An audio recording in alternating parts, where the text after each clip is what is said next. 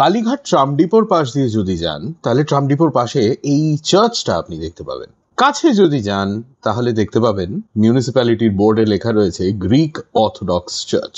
এবার এই Greek orthodox ব্যাপারটা কি? প্রথমত, প্রত্যেকটা ধর্মে যেরকম আলাদা আলাদা গোষ্ঠী থাকে, হিন্দু ধর্মে আছে, মুসলমানদের মধ্যে আছে, সেরকম খ্রিস্টানদের মধ্যেও আছে। ফর দ্য ফার্স্ট 800 ইয়ার্স ক্রিশ্চিয়ানিটিতে যা ডেভেলপমেন্ট হয়েছে, যা হয়েছে, সে সমস্ত কিছুই হয়েছে in the eastern half of the Roman empire, যেটাকে বলা হতো দ্য বাইজেন্টাইন এম্পায়ার। এবং এইখানে যে ক্রিশ্চিয়ানিটিটা ডেভেলপ করে সেটাকেই আমরা আজকে বলি গ্রিক অর্থোডক্স, কারণ বাইজেন্টাইন এম্পায়ারে গ্রিক ভাষাটা অনেকে বলতেন। এই বাইজেন্টাইন এম্পায়ারেরই রাজধানী ছিল কনস্টান্টিনোপল, যেটা আজকের ইস্তানবুল।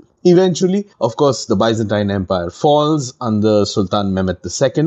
আজকের টার্কি বাইজেন্টাইন এম্পায়ারের জায়গাটা দখল করে। Now we go to the late 1700s. Russia আর টার্কির মধ্যে যুদ্ধ চলছে। এর ফলে প্রধানত দুটি জায়গা থেকে, এড্রিয়ানোপলিস আর ফিলিপোপলিস থেকে, প্রচুর গ্রিক মানুষ দে গেট ডিসপ্লেসড। তারা ওই জায়গাটা ছেড়ে চলে আসতে বাধ্য হয়। তাদের মধ্যে একটা বড় সংখ্যা আসে কলকাতায়। এবার যে কোনো ধর্মের মানুষ যখন একটা নতুন জায়গায় যায়, তাদের প্রধান দুটি জিনিসের প্রয়োজন হয়।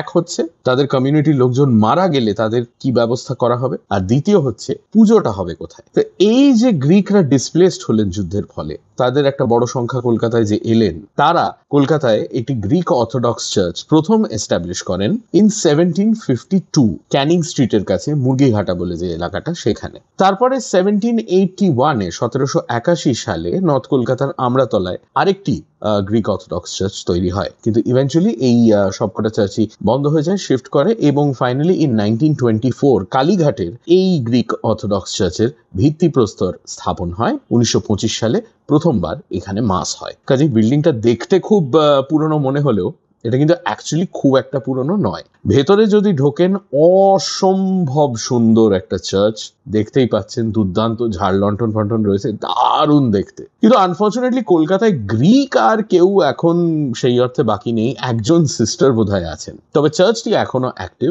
সার্ভিসেস হয়, সানডে মাস হয়। আর আমি যখন প্রথমবার রবিবারে মাস অ্যাটেন্ড করতে গেছিলাম, তখন আমি একটু চমকে গেছিলাম শুনে যে মাসটা বাংলায় হচ্ছে। ফুলবাগানের গ্রিক সেমেট্রি, রাজভবনের পাশে প্যানিওটি ফাউন্টেন, আর তৃতীয় হচ্ছে এই গ্রিক অর্থোডক্স চার্চ। কলকাতায় গ্রিকরা যে একসময় ছিল, এই তিনটি জিনিসই তার সাক্ষ্য দিচ্ছে। কলকাতার ইতিহাসের ব্যাপারে এরকম আরো অনেক তথ্য জানতে ইনস্টাগ্রামে ফলো করুন আর ইউটিউবে সাবস্ক্রাইব করুন টু হাফ প্যান্ট হিস্ট্রি।